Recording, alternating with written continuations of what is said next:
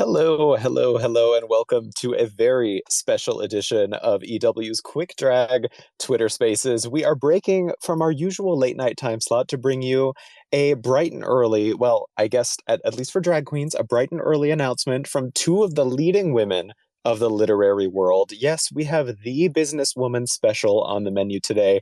Trixie Mattel and Katya are here with a big reveal for their next professional venture. If you click on the link at the top of this space right now, you will see that EW just unveiled the new cover for the New York Times bestselling authors Trixie and Katya's second book, titled Working Girls, Trixie and Katya's Guide to Professional Womanhood, which proves they not only have a hold on being cover girls, they also have your back when it comes to cover letters. And I see them both in here right now. Trixie and Katya, if you want to hit that request button down there in the bottom left-hand corner, we will bring you on as speakers so we can address all things professional and business and ladylike. I believe they're both here. Ladies, do I Hi. have you? Hello, vibe check. Yes, vibe check, vibe check. Katya, how are the vibes? The vibes are wonderful. Yes, now that we have this professional help guide out in the world, this book, this cover is so amazing. Thank you both so much for premiering this with us and for being here to talk with me about it. And I guess in the spirit of talking about a guide to professional womanhood, which is out October 25th, I should say that I hope this Twitter space has found you well today, just like all emails. Has it? Happy Monday. Happy Monday Yes. to all. Just circling back and to piggyback on what was said earlier and to echo and to follow up. Oh no, corporate, the space, the circles of corporate hell. Oh my gosh. I don't have the bandwidth for this room, this space. I'm leaving. Oh my God. There was one time before I was at EW, somebody liked to use the word triage to address like in corporate culture. I know. And I was like, you are not hospital workers. We're not triaging anything. My assistant does. Oh no. I'll be like, Brandon, can you do this? He'll be like cleaning a wig and he'll be like, I'm just doing triage right now. Oh my God. Well, I guess it's more applicable to wigs. That is an extension of the human body, we'll say. So that is more applicable. You. I would say my hairline. It's also applicable to him because you do abuse him. Oh, he's in a constant state of complete anxiety. Ask Katya about the energy that my assistant brings to the costume changes. Okay. You want to talk about professional environments where workers are not safe? I have Exhibit A is working for Trixie because backstage during a quick change, by the way, me and my young, beautiful, lovely female assistant, Eden, we're very casually getting me into the outfit. It is great. We run and we're done. I look over and Brandon looks like he's in Vietnam, like dodging minefields. Like he's so afraid, frantic, like arms flailing. It really is. Do you know what? I like to call that professionalism. I like to call that being on the ball.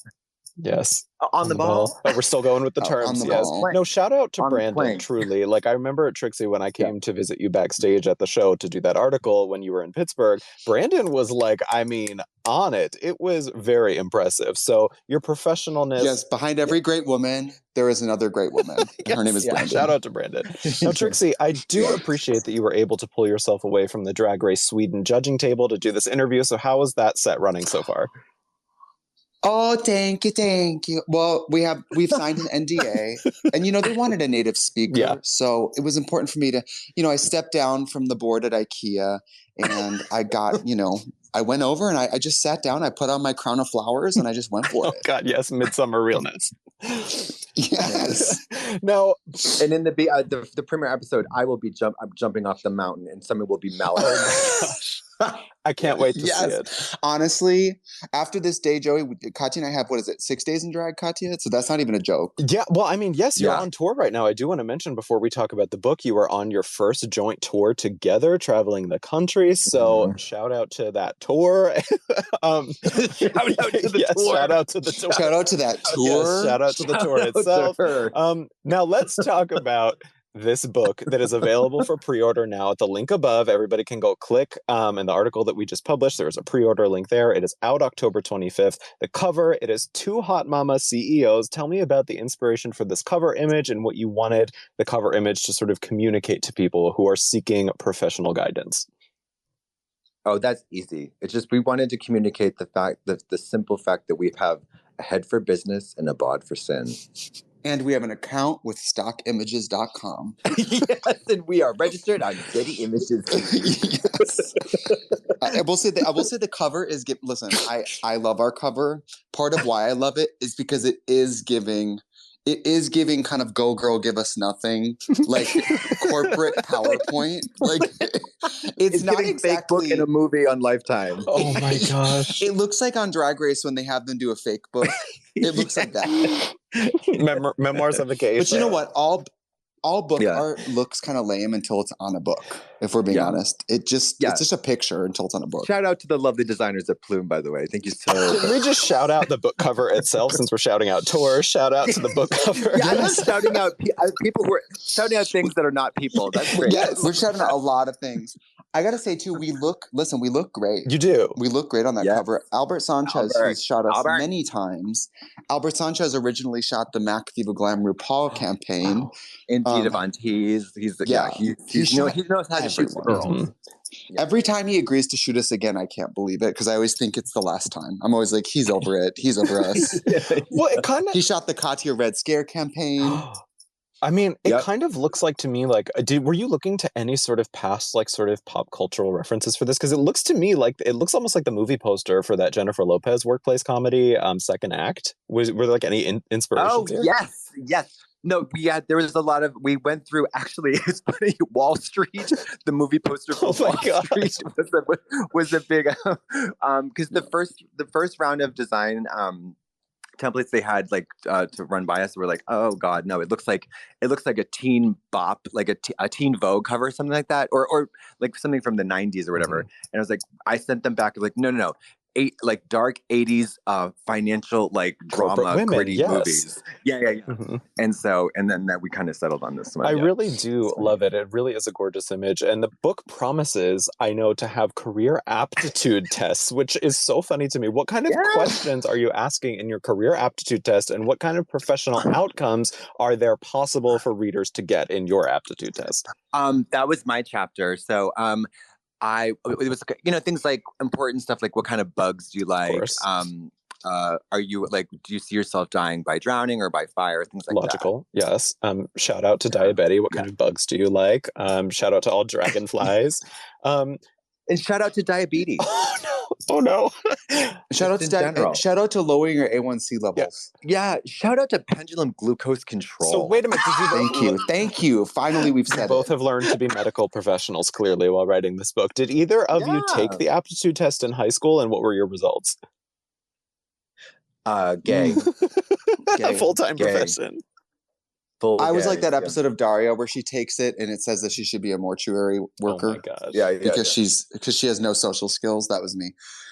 We also, listen, I hire and fire people. Well, not fire people. I hire people a lot. And you do want to throw in some normal questions here and there. Like what's the weather like today? Yeah, you want all those questions are bogus. Like, what line of work? Tell me about a time at work where you had a challenge and you had to push through it. That's bogus. Yeah. Mm-hmm. What you want to ask them is which Scream movie is your favorite? Because that's something you can really hire and fire with. You know what I mean? Right. Yeah. You only want someone working for you if they have taste in Scream movies and pop culture. No other qualifications. But if they don't have the qualifications, the book does promise to also touch on how to get fired with dignity. So what is your immediate advice for anyone when they are fired? And what was your personal worst reaction to ever being fired in the past? Go ahead. Well, I'll take the lead on this one because if you read the book, I've been fired 4 times. Wow. I'm self-employed now, and this is the only time I haven't been fired, but I am very disappointed in my primary employee, which is me. And you basically, it's like being in a breakup, but it's really not about the other person at all. It's all about you. And you ever notice that nobody gets fired for a good reason? Everybody's story is that my boss was an asshole. I was treated unfairly. So you just have to kind of double down. When I got fired from MAC Cosmetics at Mayfair Mall in Milwaukee, Wisconsin, I believe we changed all the names of the restaurants and stuff in the book. But I heard them go, the regional manager by the name of Julie, she that's on my Samsung. Julie. Yeah. No, it was Jewely. Julie. And DJ OOLEE. Julie. She said, we are going to terminate you. And I remember I calmly muted the phone, dropped the phone, and fell to the ground sobbing on a beanbag chair. Oh, no. And I let being fired be my personality for about a month. Yeah. And it was sort of like a divorced woman where I was like getting my revenge body. I was, you know what I mean? It was like, I was kind of looking to have a revenge body experience with a corporation. Oh. And you know what happened? What happened? I became a cosmetics entrepreneur and superstar. And I go to that store and I buy tons of makeup from my old colleagues. And it's good blood. It's good blood down there. Have you ever crossed paths with Jewely again? No, Miss DeJulie, I do not know. But I do shop. I go when I'm in Milwaukee and I buy makeup from the counter I used to work at, and I support the dolls. I support the ladies. I get their average unit sale up. You should just like click into her LinkedIn profile every once in a while just to let her know that you're checking up on her and just like, look what I'm doing now. I'm watching you, bitch. That's right. Yeah, big mistake. Katya, what about you? What is your advice for people who have been recently fired? Oh, I say, one door closes and then a window opens. Jump right out and kill yourself. Just kidding. I don't know. I've never been fired. That's not true. I have been fired, but also wrongly accused. So, listen, what are you going to do? Life's short. Cry. It can always get shorter. Yeah. Yes. Life's short. And Joey, are you secure at work? You keep asking about what to do if you get fired. Are you thinking that today is the last day? Or like, no. What's up? No, I am very secure in my job at the moment. I just feel like I need to ask you the tough questions if we're doling out professional advice. I'm very secure, honey. Are you secure? Yeah, Mama, I'm secure. Do I look upset to you? Have either of you ever witnessed like a fellow drag queen or performer firing or like severely reprimanding a member of their staff on tour or at a gig or something? Are you kidding? Mama, a girl. I won't say who it is because I don't do that anymore. But it was Julie. No, it was this girl said to this drag queen said to this sound engineer, "Mama, I'm a star, and you are a faggot who pushes play." Yeah. I love that story so much. Which is really iconic. We already know who it is. Yeah. Oh my God. Oh, I love that. There was I know. Back in the day. So, the first gig I got, we're working on the weekends, it was a big deal for a drag queen. The show director, who was this old grand dame, was angry with the hot, star of the show, this girl Destiny, who was just so fierce, and nobody could touch her, right? And she, I think she was like late or something, or she was doing something that aggravated the show hostess. And the show hostess screamed at the girl. She's like, all of you bitches here are here for one reason, so I have time to change. And I was like, damn. I was like, that was fierce. Not true, but very fierce. And that's really sickening. Yeah. Honestly, I bet the costume change was like one stretch gown to another stretch gown. She just changed the marabou boa. But also, that's really sickening. Talk about flexing. She there was a rite of passage in that I learned very quickly in that dressing room, and I'll never forget. She popped her head out of her dressing room and she says, "Katya, I'm going to need you to do my back." And she meant shave her back. Oh, no. Love it. I had to shave that whore's back, and it was so gross. And as I was like scraping the buzzer along her fucking like chicken skin, she's like, "Oh, you could go harder than that." See, but you know what, Katya? I don't appreciate you telling my story about my back. And you know what, though? Drag queens, they do bounce back. We were just in Milwaukee. We stopped by my bar. This is it, Milwaukee. And I went to the ladies' room, and I walked out, and I saw a drag queen. And she goes, "Trixie." And I go, "Yeah." And she goes, "I'm not banned anymore," because she was previously banned from the bar. And I went, "Yay." And we hugged. Lovely.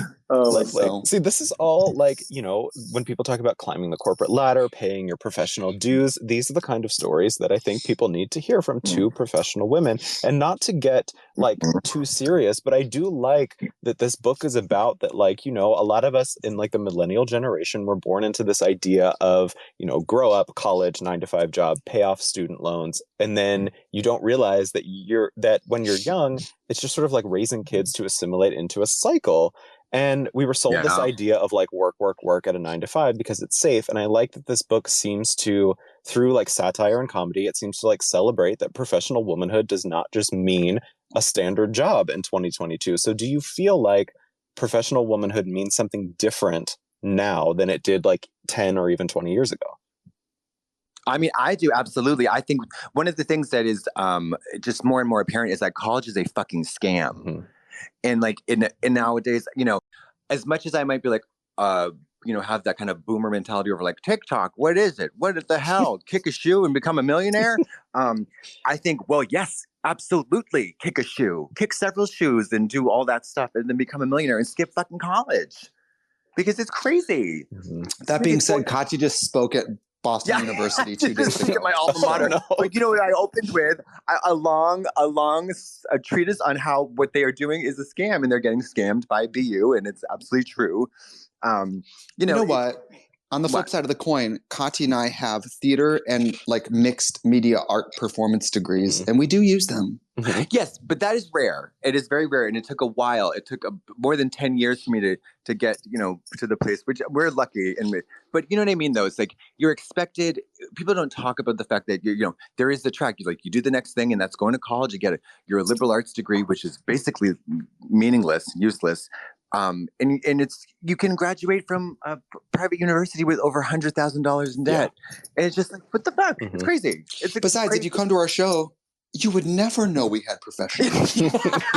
You would never know that we bitch where.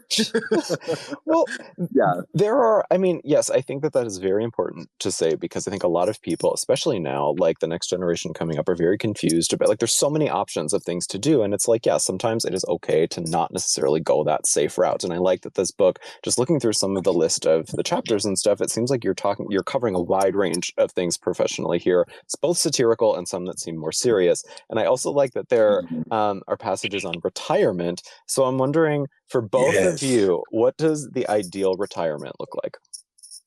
Ooh, a bullet in the brain and a shove off a cliff on the Amalfi Coast. It's like the third death reference. Oh my God. Sleeping with the fishes. Oh no. Cement boots. Okay, living. I think I'll be one of those people. Who retires but still does 1 or 2 shifts a week somewhere. Are you kidding? No, I'll be that person. You're going to be working your fingers to the bone until you're dead, until the moment you die. You're going to drop dead on the job. You are dreaming, bud. Wait, are we talking? I guess for me, like the ideal retirement would be passive income. So you're not really retired.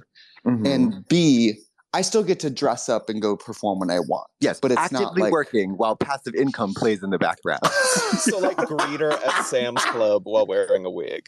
That is. Yeah. By that time, there'll be Trixie Cosmetics at every mall kiosk, and I'll be like a Walmart greeter of that. Yeah. She'll be literally mushy banana brains in the nursing home, running a general store in the lobby. Totally. I love this. Okay, so Katya, Death, Trixie, Walmart greeter / running a business at the nursing home. Yeah. Mm-hmm. Wonderful. And she will own the nursing home, but she won't know it because she'll be so far gone. Oh no. Oh, that's the irony. I'll be at the nursing home and own it. Yeah, I'm not just. And I'll be upselling from within. I'm going to say, Gladys, you really should get a premium room. I'm drumming up business. I don't have any money left. It's okay, honey. We'll put on a loan card for you. I also think I would love to retire into another career, which I know is not retirement, but that's just changing jobs. Oh, okay, never mind. Yes, switching career paths. Well, I think we are nearing the end of our time here. So is there anything else that either one of you wants to say about this book? Why you think people need it? Why you wanted to write it? What else comes to mind about this book before we go? There are lovely. If people were fans of the first book, they can enjoy even more lovely, high-resolution, glossy images. And one in particular of me where I'm dressed up like Catherine Trammell from Basic Instinct. You're going to love it. It's worth it. Oh my! Wait, like full shot. You can't see my actual pussy, but it's implied and it's lovely. Hard nipple. Yeah, hard nipple. Yeah, very professional. I would just like to say, in the photos, we only have a couple shitty costumes this time. Just Yeah. a few. Just a few. Just to add depth and range. Yeah, really, really great photos. Really good stuff. Yeah. But seriously, if you want to know how to make a little money and not kill yourself doing it, I do think we have some great insights, because this industry we're in is self-employed, crazy, but we've also had a lot of, I guess more quote unquote normal job experiences. And we've kind of made the mistakes for you. Believe me, none of the stories in the book are how we were good employees or, No. Yeah. Well, do as we say, not as we do. Not as we do. Yeah. Yes. And so much respect to both of you for doing this. I mean, the first book, New York Times bestseller. I can't wait to read the full thing the second time around. Again, thank you both so much for being here. Everybody, please catch Trixie and Katya on their tour right now. And also, Working Girls, Trixie and Katya's Guide to Professional Womanhood is available October 25th, and you can pre-order it in the EW article linked above this space. Thank you again, Trixie and Katya, and thank you for everybody for tuning in. Thanks, Joey. You're the best. Thank you, guys. Bye. Bye.